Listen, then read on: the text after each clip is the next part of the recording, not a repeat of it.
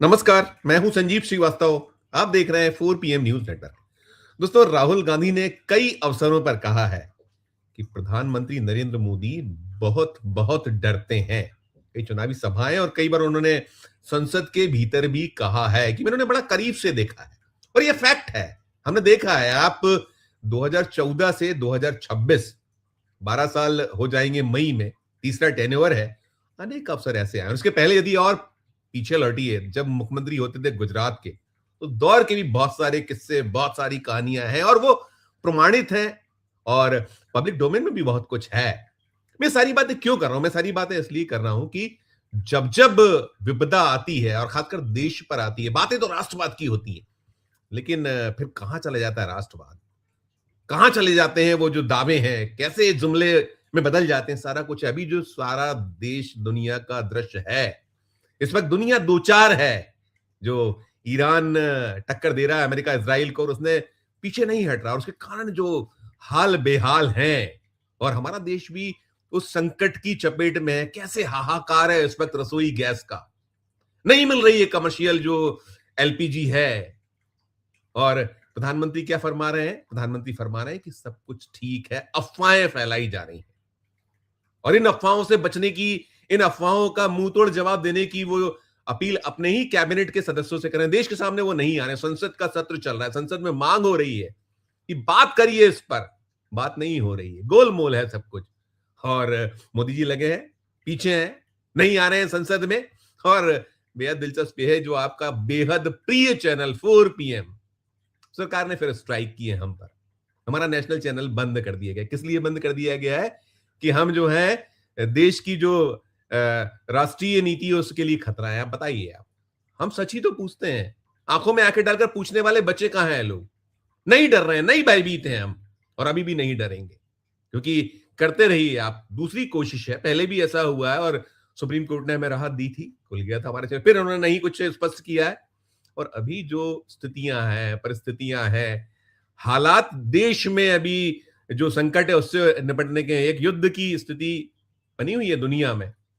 लड़ रहे हैं अलग अलग, और छोटे छोटे देश अपनी संप्रभुता के लड़ रहे हैं। और हमारे यहाँ क्या पूछा जा रहा है? विपक्ष यही तो पूछ रहा है कि हुजूर जवाब दीजिए, बताइए क्या आपकी प्लानिंग है।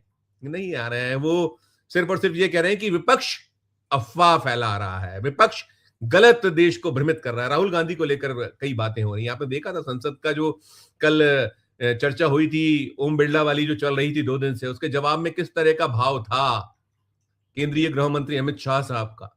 कुल मिलाकर बेहद बेहद स्थिति। और जैसा मैंने कहा, करिए आप स्ट्राइक पर स्ट्राइक, लेकिन 4 PM ना डरेगा और ना सवाल पूछना बंद करेगा। तो आज हम इसी सब पे चर्चा करेंगे, चलेंगे। प्रोफेसर अखिल स्वामी साहब जुड़ गए हैं हमसे। अखिल सर, बहुत बहुत स्वागत। और हाल आपने देख ही लिए क्या हाल है। और इस वक्त जो जहां स्ट्राइक होना चाहिए, जहां हमको खड़े होना चाहिए, लड़ना चाहिए, वहां की जगह हम जैसे चैनलों को बंद किया जा रहा है। जो देश और दुनिया में देखा जाता है, तमाम हम पर स्ट्राइक की, फिर भी हम 2 साल से नंबर 1 बने हुए हैं। पहली प्रतिक्रिया इस पर, फिर बाकी आगे बात करता हूं। अखिल सर। जय संविधान। देखिए, ये तो भारतीय जनता पार्टी की और माननीय मोदी जी की रणनीति है। जैसे आपने देखा आर्टिफिशियल इंटेलिजेंस मीट में स्ट्राइक कहां होनी चाहिए थी, कहां अटैक होना चाहिए था, किस पे एक्शन होना चाहिए था, आप बताइए, दिल पे हाथ रख के बताइए। बिल्कुल। ये आपके गलगोटिया ने जो, दर्शक श्रोता, पूरी दुनिया में गलगोटिया ने आपकी जो भद्द पिटाई, नाक कटाई, वहां की जगह आप जो है यूथ कांग्रेस के लोगों को बंद कर रहे थे। अब आप बताइए, जैसे हमारे देश का सबसे स्वच्छ शहर पिछले 7-8 साल से इंदौर है। इसका मतलब उसकी कोई यार्डस्टिक्स होंगी। भाई, अगर आईएम्स को अच्छा माना जाता है, आईटीज को अच्छा माना जाता है, और यही काम अगर गलगोटिया यूनिवर्सिटी ने जो किया, आईआईटी और आईएम ने किया होता, तो क्या हमारे देश की भद्द न पिटती? भाई, छोटी मोटी प्राइवेट यूनिवर्सिटी कर ले तो बात अलग है। इंदौर जो हमारे देश का सबसे स्वच्छ शहर है, वहां सीवर का पानी पी के लोग मर गए, धार में मर गए, गांधीनगर में मर गए, जो गुजरात की राजधानी है, जिसके बारे में गुजरात मॉडल हम सुनते रहे। भद पिटी ये नहीं पिटी। फिर Galgotia university best private university का खिताब गवर्नमेंट ऑफ इंडिया ने दिया है। जो हायर एजुकेशन इंस्टीट्यूशन में नैक का सर्टिफिकेशन होता है A+ का, वो सर्टिफिकेशन गलगोटिया को दिया है।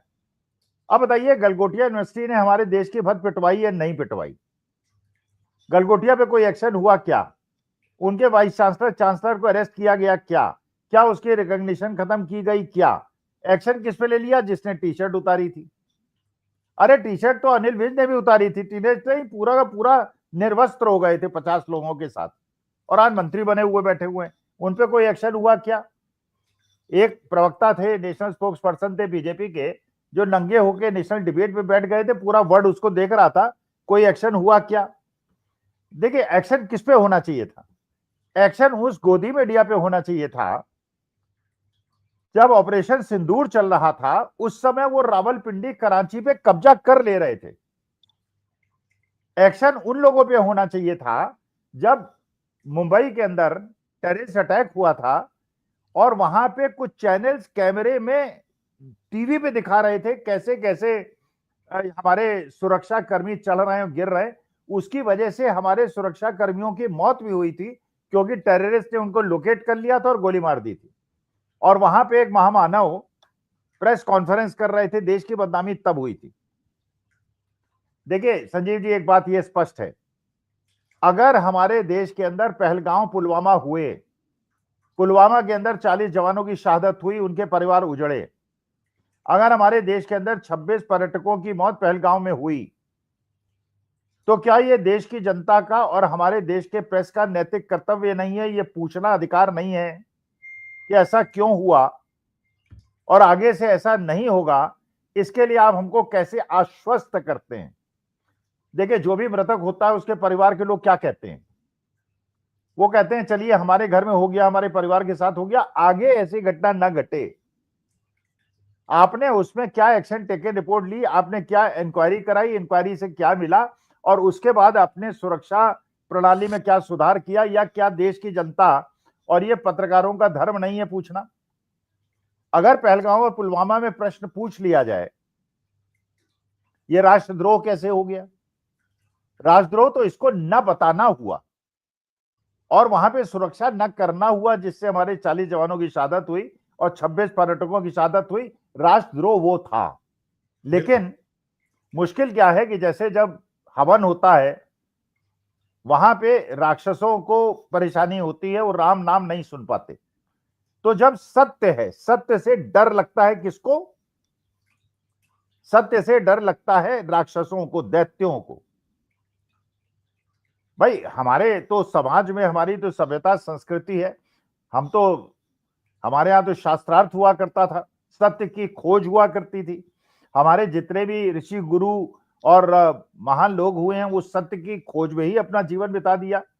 चाहे वो महात्मा बुद्ध हों, चाहे वो गुरु नानक हों, चाहे वो महात्मा गांधी हों, चाहे भगवान राम हो या भगवान कृष्ण हो या जो भी हों, सबने सत्य की खोज में, सत्य जीवन है क्या, ये प्रकृति, ये पूरा वैश्विक संबंध है क्या, उस सत्य से डर किसको लगता है? जो सत्य से, तभी तो कहा गया सत्य ही सुंदर है, सुंदर ही शिव है। माने सत्य की तुलना शिव, भगवान शिव से की गई है। और वहां पे असत्य बोलने वालों को सत्य कैसे अच्छा लगेगा? उनको राक्षसों और दैत्यों को भगवान का नाम कैसे अच्छा लगेगा?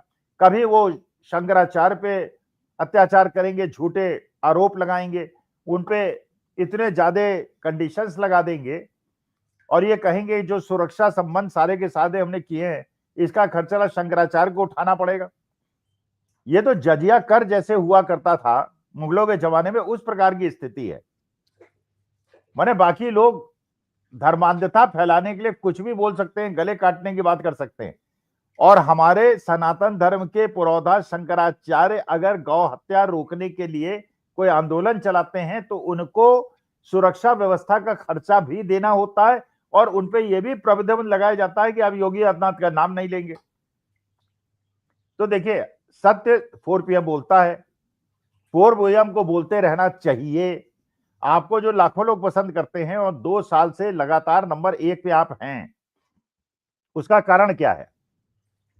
उसका कारण हम लोग नहीं है, हमें कोई गलतफहमी नहीं है, हम जानते हैं। और हम जानते हैं, पहले भी मैं कह चुका हूं और अब फिर कह रहा हूं, जिस दिन मैं गांधी जिंदाबाद कहता हूं हमेशा और मरते दम तक कहूंगा, जिस दिन मैं गांधी जिंदाबाद न कहते हुए गोडसे जिंदाबाद कह दूं, या असत्य के साथ खड़ा हो जाऊं या अधर्म के साथ खड़ा हो जाऊं, सोच लीजिएगा मैं मर गया या मैं बिक गया। तो इसलिए 4 PM लड़ रहा था। 1 साल पहले भी ये कार्रवाई हुई थी और बिना कारण बताए उन्हें बंद किया गया था। सुप्रीम कोर्ट में एप्लीकेशन डाली गई थी। सुप्रीम कोर्ट में सुनाई के पहले ही वो रेस्टोर कर दिया गया था। इस बार भी वैसे ही होगा, लेकिन ये व्यवधान डाला गया है, व्यवधान डालने का प्रयास है। जैसे आपको याद ही होगा, जब गुरु वशिष्ठ आए दशरथ के पास, उन्होंने कहा कि हमको राम और लक्ष्मण चाहिए, हम हवन करते हैं। उन्होंने कहा हवन करते हैं, राजपूत के बच्चे आपके यहाँ क्या हवन में ये काम करेंगे, तो ब्राह्मणों का काम है, आप कीजिए। उन्होंने कहा ब्राह्मणों का काम ब्राह्मण कर लेंगे, हवन हम कर लेंगे, पूजन हम कर लेंगे, लेकिन हमें 2 क्षत्रिय बालक ऐसे चाहिए। जब ये राक्षस और दैत्य हमारे हवन कुंड में व्यवधान पैदा करते हैं, शराब और मांस मदिरा डालते हैं और हमारे हवन को भंग करते हैं, इनका काम है केवल उनको रोके रखना। तो राक्षसी दैत्य प्रवृत्ति को रोके रखने के लिए और राष्ट्र उद्धार के लिए और भारत माता की सेवा करने के लिए, ये तो ठीक है। भगवान भी देखिए, अब डिपेंड ये करता है, हमारे दर्शक श्रोताओं पे डिपेंड करता है। समस्याएं तो आएंगी, 15-20 दिन तक आएंगी, बहुत भीषण आएंगी, क्योंकि मानी बात है, चैनल चलाना कोई मामूली काम तो है नहीं, पैसा भी बहुत खर्च होता है, इंफ्रास्ट्रक्चर की जरूरत होती है, टूरिंग करानी होती है, फील्ड लेवल से इंफॉर्मेशन उतारनी पड़ती हैं, ऑफिसेज होते हैं, दुनिया भर के खर्चे होते हैं, इनकम कम हो जाएगी, परेशानी तो आएगी। लेकिन परेशानी तो महात्मा गांधी के साथ भी आई थी, पंडित जवाहरलाल नेहरू के साथ भी आई थी। नेहरू जी भी 9 साल जेल में रहे थे, पूरी देश की संपत्ति दान कर दी थी। हमारे सरदार भगत सिंह, अशफाकुल्ला खां, चंद्रशेखर आजाद, वो दलालों की और जो चाटुकार लोग थी उनके बात छोड़ दीजिए, लेकिन याद तो वही लोग किए जा रहे हैं ना, जिन्होंने देश के लिए अत्याचार को सहा है और अंग्रेजों के अत्याचार को सहा है। ठीक है, आज भी एक टेस्टिंग पॉइंट है, समय आएगा, उजाला होगा, अच्छे दिन आएंगे, तब याद किया जाएगा कि जिस समय संघर्ष करने की आवश्यकता थी और भारत माता के लिए लड़ने की आवश्यकता थी, कौन ऐसे लोग थे जो चाटुकार बन गए थे और कौन ऐसे लोग थे जो लड़े थे। जो लड़े थे वो याद किए जाएंगे, जो चाटुकार बने थे वो मुंह छिपाते फिरेंगे। बिल्कुल बिल्कुल। नहीं सर, अब संजय शर्मा साहब की तो जीजी विषय ही है, वो लड़ लड़के ही जो है यहाँ तक पहुंचे और लड़ रहे हैं, वो लड़ते रहेंगे, हमें मालूम है। जैसे ही आया, सूचना आई, तो उन्होंने कहा बिल्कुल भयभीत नहीं होना है, चिंतित हम लोग होते भी नहीं, भयभीत चिंतित हम लोग नहीं होते, वो हौसला अफजाई करते हैं, निरंतर कहते हैं, और वो लड़ रहे हैं, लड़ेंगे, ये साफ है। और पहले जब किया था, 1 साल पहले की जब बात करते हैं, राज्यों के हमारे चैनल, हमारा उत्तर प्रदेश में हमारे 12 लाख नए सब्सक्राइबर जुड़े थे। हम धन्यवाद देते हैं सरकार का। अभी से आगे हमको, हमारा जो ताकत है, हमारी दर्शक है, जो हमारे सुधी दर्शक हैं, जो हमसे प्यार करते हैं और जो हमें हर प्रकार से मदद करते हैं, करेंगे, हमें उम्मीद है। तो आखिर ये तो है ही है। हैरत की बात यह है कि कितना झूठ बोलिएगा, कितना आप देश को, अब बड़ा दिलचस्प है, हम देख रहे हैं कि कल हमने देखा था, मैंने जो शुरू में ओपनिंग रिमार्क में कहा अपना कि क्या भाषा थी, क्या शैली थी, माननीय जो हमारे केंद्रीय गृह मंत्री जी की सदन में, वो ओम बिरला पर आया अविश्वास प्रस्ताव और ऐसा लग रहा था राहुल गांधी पे ले आए। मतलब दिशाहीनता ही हीनता, प्रधानमंत्री आते नहीं, और प्रधानमंत्री क्या कह रहे हैं अपनी कैबिनेट से, अफवाह फैला रहे हैं देश में जो विपक्ष, उससे लड़िए, ताकत से लोगों के सामने बात। अरे किस मुंह से आप आओगे, कोई नहीं आ पा रहा है। 29 सांसद है मध्य प्रदेश में, पूरे बीजेपी के, एक नहीं आया है। हाहाकार है रसोई गैस की, मार है, तेल आप देख रहे हैं कहां जा रहा है प्रतिक्रियाएं कुछ देखिए संसद में चल रहा है। संसद में तो मांग कर रहे हैं, राहुल गांधी तो डरने की, उन्होंने कहा था हम तो डरते भी नहीं, हम लड़ेंगे, लड़ते रहे थे, लड़ रहे। उन्होंने आज कुछ प्रदर्शन को सीन है, 1-2 सीन दिखाता हूं, आपसे सवाल करता हूं। देखिएगा, एक तो ये दृश्य निकला था, ये था सीन, ये है, देखिए वो सुकून से बैठे हैं संसद के भीतर। सुबह से कोशिश की गई थी कि भाई हो जाए चर्चा, देश को बताए सरकार, लेकिन नहीं है। वहां तो आते हैं आसंदी पर, आज आ गए थे स्पीकर साहब, अपनी बात, उन्होंने कहा प्रश्नकाल चलने दिए, कहा भाई ये इससे बड़ा क्या है, ये चल, सभी पूरा सदन चाहता है, नहीं चलने दिया। एक ये सीन है, ये एक सीन है, देखिएगा, ये नारेबाजी हो रही है।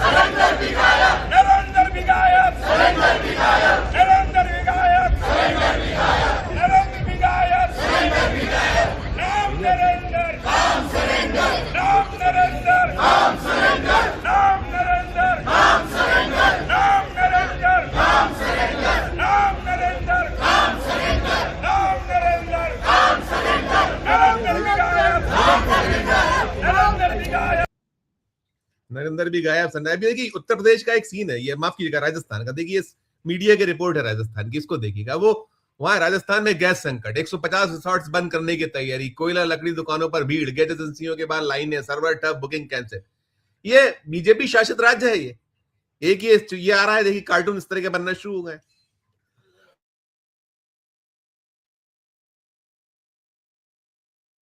है। हमें वापस लौटना पड़ रहा है। हम क्या करा जाए, कहां जाया जाए, लोग क्या करें, क्या कह रहे हैं राहुल गांधी, सुनिएगा। नॉर्मली प्रोसीजर होता है कि you can ask to talk. तो I had asked to be allowed to make a statement कि मैं स्टेटमेंट जो देश में सिचुएशन है, एलपीजी की, गैस की, जो तेल की सिचुएशन है, और ये अभी शुरुआत है, तो इसके बारे में मैं बोलना चाह रहा था। बट कोई नया प्रोसीजर चालू हुआ है कि मंत्री पहले डिसाइड करेगा, फिर मैं बोलूंगा, फिर मंत्री रिप्लाई करेगा। तो ठीक है, let's see what happens. But basically main चीज क्या है, that gas is going to be a problem, petrol is going to be a problem, all fuel is going to be a problem, because essentially our energy security has been compromised.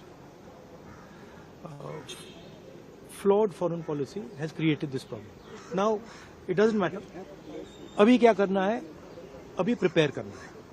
अभी आपके पास थोड़ा सा time है, तो सरकार को, प्रधानमंत्री को एकदम प्रिपरेशन शुरू कर देनी चाहिए, क्योंकि अगर प्रिपरेशन नहीं की तो फिर करोड़ों लोगों का जबरदस्त नुकसान होगा। कह रहे कोविड के जैसे कोविड से निपट लिया था वैसे ही निपट लेंगे।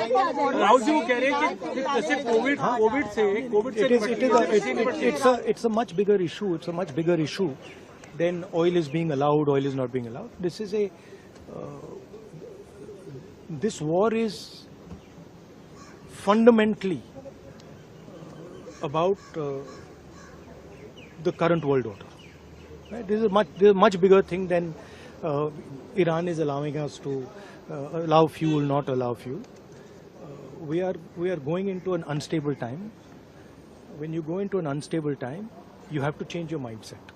You cannot have the same mindset, right? So what I'm suggesting to the government is that they now start to think deeply about what are the possibilities and what do we have to do to make sure that हमारे लोगों को नुकसान ना हो. I'm not making any political statement. I'm just saying that I can see that a big problem is coming, right? And सुनिए, और अगर ये ईरान के लेवल पे अभी रिजॉल्व हो जाए, तब भी ये प्रॉब्लम नहीं जा रहा है, क्योंकि दुनिया बदल रही है, स्ट्रक्चर बदल रहा है. तो हमें माइंडसेट बदलना है, और अगर हम माइंडसेट नहीं बदलेंगे, क्लैरिटी से काम नहीं करेंगे, और हिंदुस्तान की रक्षा, हिंदुस्तान को सेंटर बना के नहीं करेंगे, तो प्रॉब्लम होगा. वो तो कह रहे हैं कि ऐसे कोविड के साथ निपट लिए, प्रधानमंत्री ने कल कहा कि जैसे कोविड से निपट लिए, हम तो इससे भी निपट लेंगे. देखिए आप कुछ भी कह सकते हैं. There is a central problem here, and I've been saying the problem is the Prime Minister is not able to function as the Prime Minister of India, and there's a reason for it, right? He's trapped now. Anyway, he still needs to make sure currently that the people of India are protected. He needs to make sure that our energy security is managed by us, that we are taking the decisions about our energy security, right? So that's all I'm saying. I hope the government listens to what I'm saying, because अगर नहीं सुनेगी तो बहुत बुरा नुकसान होने वाला है.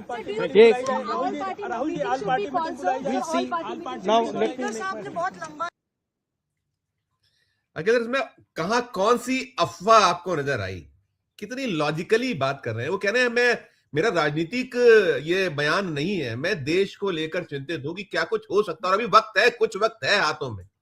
और प्रधानमंत्री क्या कह रहे हैं कि अफवाह फैला रहा है विपक्ष. इस पर एक टिप्पणी. भाई, हम लोगों से ज्यादा लॉजिकल और संभली हुई भाषा राहुल गांधी उपयोग में ला रहे हैं. Absolutely. हम लोग तो तब भी थोड़ा बहक जाते हैं, हम लोग थोड़े बायसेस भी हो जाते हैं, ज्यादा चिंतित भी हो जाते हैं, और ओवर रिएक्शन भी कर देते हैं. राहुल गांधी की जो लैंग्वेज है बड़ी बैलेंस्ड है, और ये समय भी ऐसा ही है संजीव जी. बिल्कुल, ये समय ऐसा है. देखिए, जब घर में विपत्ति आती है तो पक्ष विपक्ष नहीं होता, तब ये होता है इस समस्या का समाधान कैसे ढूंढा जाए।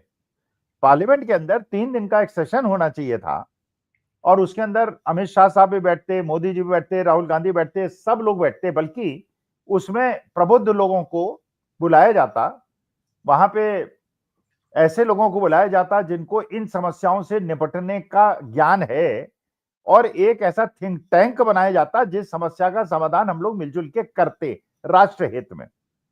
लेकिन मोदी जी ने जो तमिलनाडु और केरला में कहा, इसका माने he doesn't believe in that, he believes in confrontation. Rahul Gandhi ने जो मैं इसमें एक चीज और जोड़ के आपको माफी चाहूंगा, बीच में टोक रहा हूं, कि आप देश की चिंता ही नहीं कर रहे, आपको चिंता भी चुनाव की है। राहुल गांधी कह रहे हैं देश की चिंता करिए, कहां चला जाएगा देश यदि आपने अभी नहीं चेते तो। आप चुनाव की चिंता कर रहे हैं, आपको चिंता ही नहीं है, बहुत परे चीज करिएगा। सॉरी, बहुत माफी चाहूंगा आपसे। नहीं, देखिए, मोदी जी तो इसलिए चुनाव की चिंता करते हैं, वैसे उन्हें चिंता करनी इसलिए नहीं चाहिए कि चुनाव आयोग तो उनके लिए काम कर ही रहा है, एसआईआर के माध्यम से सब कुछ हो ही रहा है, बेईमानी खुलेआम हो रही है, रिगिंग हो रही है, एवरीथिंग इज हैपनिंग। तो चुनाव की चिंता क्यों करते हैं, मुझे यही बात समझ में नहीं आती। चुनाव की चिंता वो शायद इसलिए करते हैं कि चुनाव हारने के बाद वो बहुत बड़ी एब्सोल्यूट समस्या है, और उससे मानी बात है 56 इंच हो या 74 इंच हो, डर सबको लगता है। लेकिन इस समय, और आप देखिए, जब पुलवामा हुआ था, माननीय कहां थे? पुलवामा हुआ था, माननीय कहां थे? इस समय माननीय कहां हैं? जब पहलगाम हुआ था कहीं विदेश में थे, लौट के आए थे, बिहार चले गए थे। जब पुलवामा हुआ था तो कहीं जिम कॉर्बेट में फोटोग्राफी चल रही थी, और इस समय ये इतनी भीषण समस्या है और साहब जो है कन्वेंसिंग कर रहे हैं। उनका एक मैसेज देते हैं अपने भक्तों को, वो I damn care for you, I don't care, go to hell, I am only concerned about my power, my authority. और देश की जनता का यह कर्तव्य है, और हम लोगों का देखिए, आप संजीव जी खुद जानते हैं भाई, हम आप जो हैं तब भी कंफर्टेबल पोजीशन में हैं। सही भाई, महंगाई अगर 20% भी बढ़ जाएगी, हमारे पास भगवान ने इतना दिया हुआ है कि we will be able to afford it. हमारे देश के 1,05,00,000 लोग ऐसे हैं जो गिग वर्कर्स हैं, ओला उबर चलाने वाले हैं, मतलब करोड़ों लोग ऐसे हैं, और बच्चे हैं, पढ़े लिखे बच्चे हैं, जो 15-20 हजार रुपए कमाते हैं आज जिस दाम पे पेट्रोल डीजल है, और जब रेस्टोरेंट होटल चल रहे हैं तब। अगर ये सब होटल रेस्टोरेंट नहीं चलेंगे और पेट्रोल डीजल के दाम बढ़ जाएंगे और लोगों की जेब में पैसा नहीं होगा खरीदारी करने के लिए और इंडस्ट्री ठप हो जाएगी, तो उसके बाद जो स्थिति बनेगी, क्या वो लोग उसको झेल पाएंगे? भाई 10% लोग तो झेल लेंगे जिनकी आमदनी 25,000 से, 10% लोग तो हिंदुस्तान में हैं जिनकी 25,000 से ऊपर महीने की तनख्वाह ज्यादा, इनकम ज्यादा है, वो झेल लेंगे। उससे नीचे वाला जो हमारा वर्ग है, जिसके लिए हमें चिंतित होना चाहिए, क्योंकि उस पर परमेश्वरी कृपा उतनी ज्यादा नहीं है, वो अनप्रिविलेज्ड है, उसको कैसे आप कोप अप करेंगे? फिर जब फर्टिलाइजर नहीं बनेगा देश में, अभी से यूरिया डीएपी की समस्या क्रिएट हो सकती है। भाई, काहे से बनता है फर्टिलाइजर? ये गैस से ही तो बनता है। सारी इंडस्ट्री आपने गैस पे डिपेंडेंट कर दी। अगर ये इंडस्ट्री बंद हो जाएंगी और फर्टिलाइजर बनना बंद हो जाएगा, तो देश के एग्रीकल्चरल प्रोडक्शन का क्या होगा? क्या हमें चिंता नहीं करनी चाहिए? सामूहिकता से चिंता नहीं करनी चाहिए? राष्ट्र हित में चिंता नहीं करनी चाहिए? क्या इसमें भी पक्ष विपक्ष होता है, या इसके लिए भी नेहरू जी दोषी हैं? वही तो अरे मिलजुल के बैठ जाओ। अफवाह कहां फैला रहा है विपक्ष? अफवाह है ये जो राहुल गांधी ने जितनी बातें की, एक एक शब्द आप उनमें कौन सी चीज अफवाह लगी आपको? नहीं, राहुल गांधी ने तो खैर बहुत ही बैलेंस व्यू। अगर ये मान लीजिए ये कुछ वीडियो दिख रहे हैं कि जहां लंबी लंबी नालियां लगी हुई हैं, लोग बुकिंग करा रहे हैं, उनको गैस नहीं मिल रही है, गैस में ब्लैक मार्केटिंग शुरू हो गई है, अगर ये बात झूठी है तो ठीक है, गैस बुक कराइए, गैस आपको मिल जानी चाहिए। क्या अडानी जी ने गैस के दाम नहीं बढ़ा दिए? क्या गवर्नमेंट ऑफ इंडिया ने एलपीजी के और कमर्शियल सिलेंडर के दाम नहीं बढ़ा दिए? दाम कब बढ़ाए जाते हैं? दाम तब बढ़ाए जाते हैं जब सप्लाई कम होती है, डिमांड ज्यादा होती है, तो उसको बैलेंस करने के लिए दाम बढ़ा देते हैं, जिससे डिमांड कम हो जाए और सप्लाई पे ज्यादा प्रेशर ना आए। क्यों दाम बढ़ाए आपने? अगर इतनी फ्रीली अवेलेबल है, दाम कम कर दीजिए 500 रुपए, फ्री में दे दीजिए गैस, आप लोगों को कहिए अब बिल्कुल गैस के भंडार पड़े हुए हैं हमारे पास, कोई चिंता की बात नहीं, जिसका मना है फ्री में गैस ले जाए। अरे दाम क्यों बढ़ाए हैं आपने? क्यों रेस्टोरेंट होटल नहीं बंद हो रहे क्या? क्यों इलेक्ट्रिक चूल्हा जैसे मैं कल खरीद के लाया हूं, 4,500 रुपए का फिलिप्स का खरीद के लाया हूं, 4,500 रुपए का। 2-3 महीने पहले उसका दाम 2,000 रुपए था, डबल हो गया है। और आप देखिएगा ये 50,000 का हो जाएगा, क्योंकि जब कोविड आया था तो जो ऑक्सीजन कंसंट्रेटर थे जिसके दाम 5-7 हजार होते थे वो 2-2 लाख में बिका।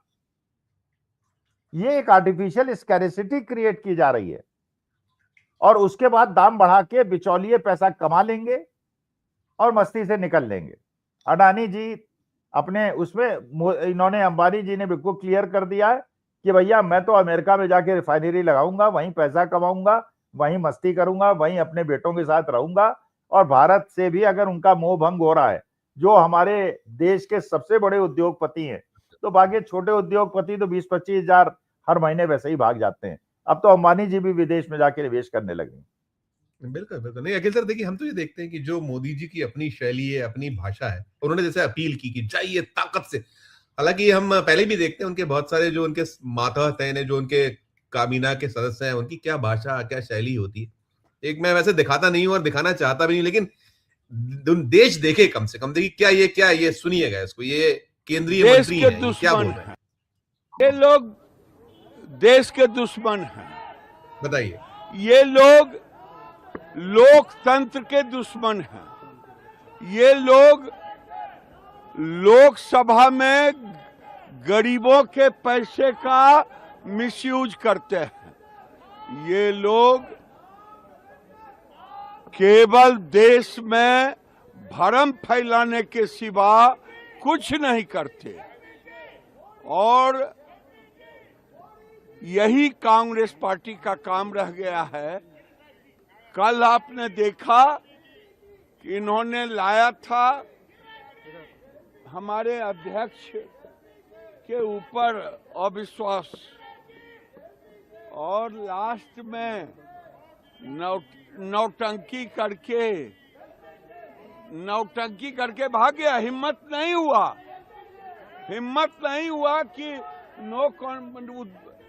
नो कॉन्फिडेंस करा ले, वोटिंग करा ले, हिम्मत नहीं हुआ, क्योंकि आप आपस में मेल नहीं था, आधा का आधा फुटा हुआ था।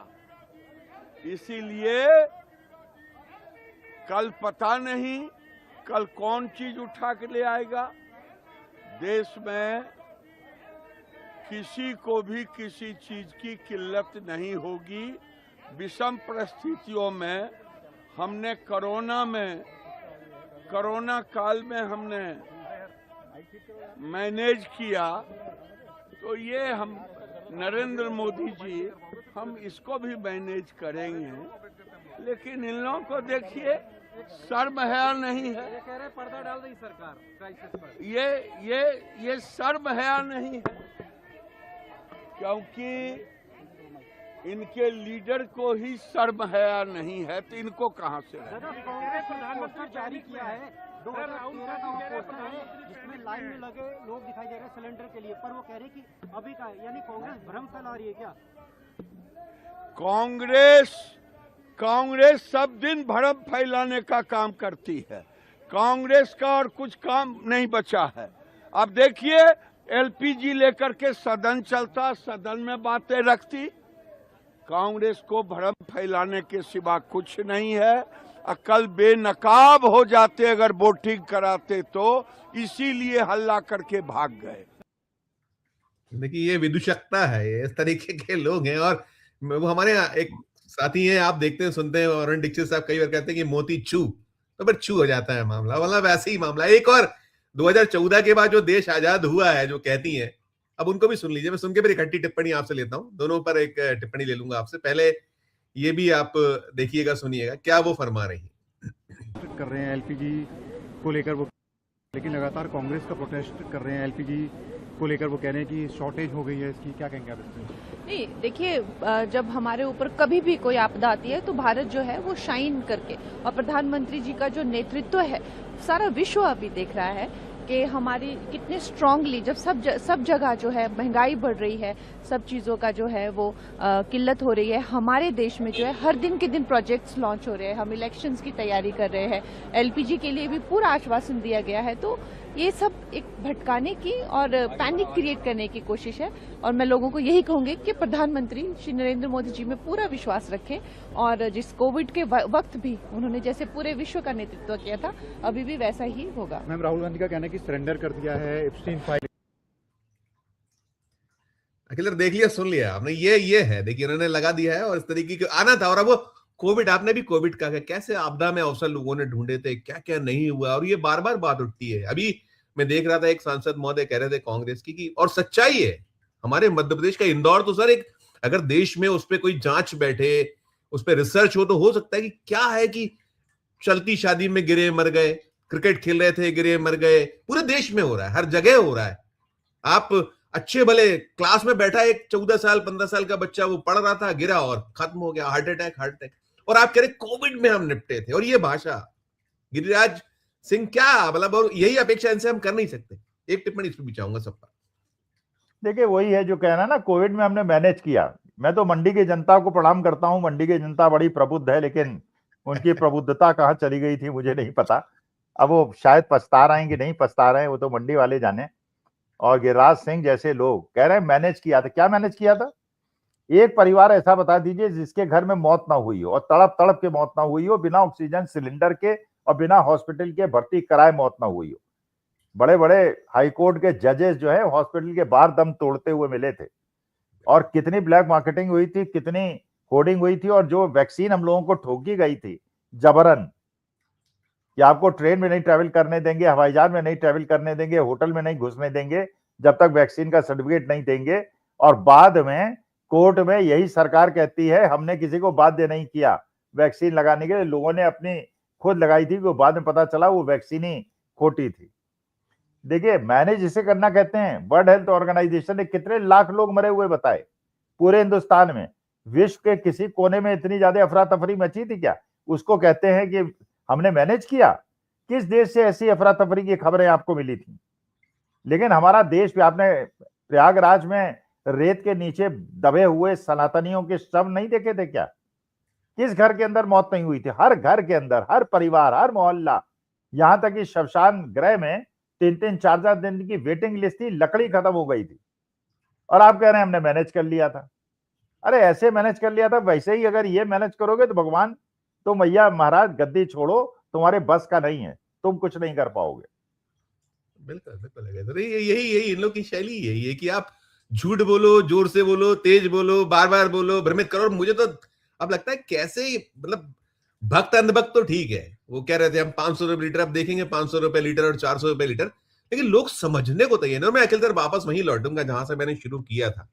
देखिए, जो राहुल गांधी ने कहा मोदी डरते हैं, और हमने देखा है मोदी कितना डरते हैं, कितना भयभीत रहते हैं। और सदन वाला आपने भी देखी था, ओम बिरला साहब कैसे बचा रहे थे कि महिला सांसद काट लेंगे, क्या क्या, मतलब किस किस हद तक चले जाते हैं। मैं तो इसमें यही इलाके का सबब करना चाहूंगा। आप ट्रंप से भयंकर डरते हैं, इजराइल से आप भयभीत रहते हैं, आप चीन का चा नहीं बोल पाते हैं, मणिपुर का मां नहीं बोल पाते हैं, चर्चा नहीं कर पाते। संजय शर्मा साहब से इतना डर आपको क्यों लगता है? हम तो कोई आपके सिर्फ और सिर्फ जो सवाल है वही तो पूछते हैं, वही तो करते हैं। आप आते हैं, हमारे स्ट्राइक किस पे करते हैं? आपको स्ट्राइक अभी कहां करना चाहिए? आप 4 PM पे स्ट्राइक कर देते हैं, वहां ताला लगाने की आपकी वो होती। भय क्या है संजय शर्मा साहब से? यही लाके खत्म कर। देखिए, आप मच्छरों से आप पूछेंगे तुम्हें फ्लिट से डर क्यों लगता है, आप पेस्टिसाइड या कीड़ों से पूछोगे पेस्टिसाइड से डर क्यों लगता है। भाई देखो, सीधी सी बात है, हम तो महात्मा गांधी के अनुयायी हैं, और हम कभी भारतीय जनता पार्टी के विरोधी नहीं रहे, ना कांग्रेस के समर्थक हैं। हमने कांग्रेस के जमाने में कांग्रेस का भी विरोध किया है, और आज क्योंकि सरकार सत्ता में बीजेपी है इसलिए इसका विरोध कर रहे हैं। प्रश्न पूछ रहे हैं, विरोध भी नहीं कर रहे हैं, और राष्ट्रभक्ति के रूप में कर रहे हैं। मात्र भूमि के लिए जो हमारा कर्तव्य है उसका निर्वहन कर रहे हैं। कल राहुल गांधी सत्ता में आएंगे, वो कोई गलत निर्णय लेंगे, उनका विरोध करेंगे। वो ठीक से प्लान नहीं करेंगे, अगर जनता का ध्यान नहीं रखेंगे। लेकिन राहुल गांधी में 2 चीजें आपने नोट की होंगी। जब अनंत अंबानी की शादी थी और बड़े बड़े लोग वहां लाखों रुपए का खाना चेप रहे थे, उस समय राहुल गांधी गरीबों के साथ बैठ के धान की रुपाई कर रहे थे। और इस समय जब सचिन तेंदुलकर के बेटे की शादी हो रही थी और बड़े बड़े मंत्री और महामानव वहां जाके बड़े बड़े 5 स्टार होटल में चांदी के प्लेट से और चम्मच से खाना खा रहे थे, वो हरियाणा के किसान के, गरीब किसान के घर में जिसकी बेटी की शादी थी, हाथ से बनी हुई रोटी और छाछ पी रहे थे। ये होता है देश के नेता में और ये बड़े बड़े ढोंगी नेताओं के बीच का अंतर। बिल्कुल बिल्कुल, वो आपने सही कहा कि देखिए ये भय उन्हीं से होता है जो सच बोलते हैं और सच की लड़े रहते हैं और सवाल पूछते हैं आंखों में आंखें डालकर। हम तो वही हैं, हम भयभीत नहीं है, डरे नहीं है। और संजय शर्मा साहब लड़ रहे थे, लड़ रहे हैं और लड़ते रहेंगे। और हम वो तो जो शुरू जहां से मैंने किया था कि हमारा जो कुछ भी आज हमारी ताकत है, वो आप जैसे प्रबुद्ध लोग हैं, हमारे पैनलिस्ट हैं, हमारे सहयोगी साथी हैं, हमारी टीम है संजय शर्मा साहब की, और साथ में जो हमारा सबसे बड़ा कोई ताकत है तो हमारे दर्शक हैं। वो जानते हैं असली ताकत आपके दर्शक हैं। देखिए सजीव जी, असली ताकत आपके दर्शक और श्रोता हैं।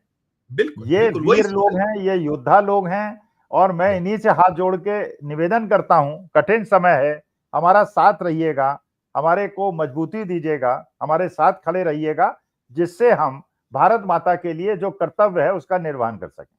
नहीं बिल्कुल नहीं, अखिल से जब हमको पिछली बार हुआ था मैंने कहा कि हम 10-12 लाख अकेले उत्तर प्रदेश में बढ़ गए थे, बाकी हमारे हर राज्य में बढ़े थे। हमसे लोग प्यार करते हैं, हमसे स्नेह करते हैं। और हम देख रहे थे अभी में जो कमेंट बॉक्स है, मैक्सिमम कमेंट यही कि आप मत डरिए, हम डर तो नहीं रहे, वो कह रहे हैं हम साथ हैं आपके। तो है साथ, और हम संघर्ष करते रहेंगे, लड़ते रहेंगे, और सच जो है सच बोलेंगे, सच हम दर्शकों तक पहुंचाएंगे। बहुत बहुत शुक्रिया चाची चर्चा के लिए, आभार अखिल सर, धन्यवाद। दोस्तों आप सुन रहे थे हमारी ये चर्चा, और हम चर्चा यही कर रहे थे। कर लीजिए आप स्ट्राइक पर स्ट्राइक, कर दीजिए हमारा नेशनल चैनल बंद, मत बताइए हमें, आप कहिए हम जो है राष्ट्र की सुरक्षा के लिए खतरा हो गए। एक लाइन आप वो करते रहिए। और ऐसे हमारे जैसे बहुत से योद्धा हैं जो लड़ रहे हैं, लड़ते थे, लड़ते हैं और लड़ते रहेंगे। हम भी अड़े हैं, लड़ेंगे। और आप तक खबरें जितनी ताकत से हमारे जो राज्यों के चैनल है, इसको आप निरंतर देखते रहिए और अपना जो प्यार है, स्नेह हम पर बरसाते रहिए। हम आप तक सच पहुंचाते रहेंगे, भयभीत नहीं होंगे, डरेंगे नहीं, आंखों में आंखें डाल के सवाल करते रहेंगे। और आज मैं पुनः अंत में यही अपील आपसे करना चाहूंगा कि जो होता है कि एक तो हमारा जो ये चैनल है, इसे लाइक भी कीजिए, सब्सक्राइब भी कीजिए, हमारे राज्यों के, अलग अलग राज्यों के जो चैनल हैं, और अधिक से अधिक लोगों से शेयर कीजिए। शेयर करने के साथ साथ ज्वाइन भी कीजिए, और कुछ जो आर्थिक मदद हो हमारी वो कीजिएगा, तो हम बहुत आपके शुक्रगुजार रहेंगे। थोड़ा सा कठिन क्षण है, लगेगा वक्त, लड़ेंगे, और फिर ताकत से आप तक जो हमारा नेशनल चैनल है वो फिर भी आपको फिर दिखेगा, और फिर हम आप तक इसी ताकत से सारी चीजें पहुंचाते रहेंगे, दिखाते रहेंगे। बहुत बहुत शुक्रिया, बहुत बहुत आभार। देखते रहिए 4 PM न्यूज नेटवर्क। धन्यवाद।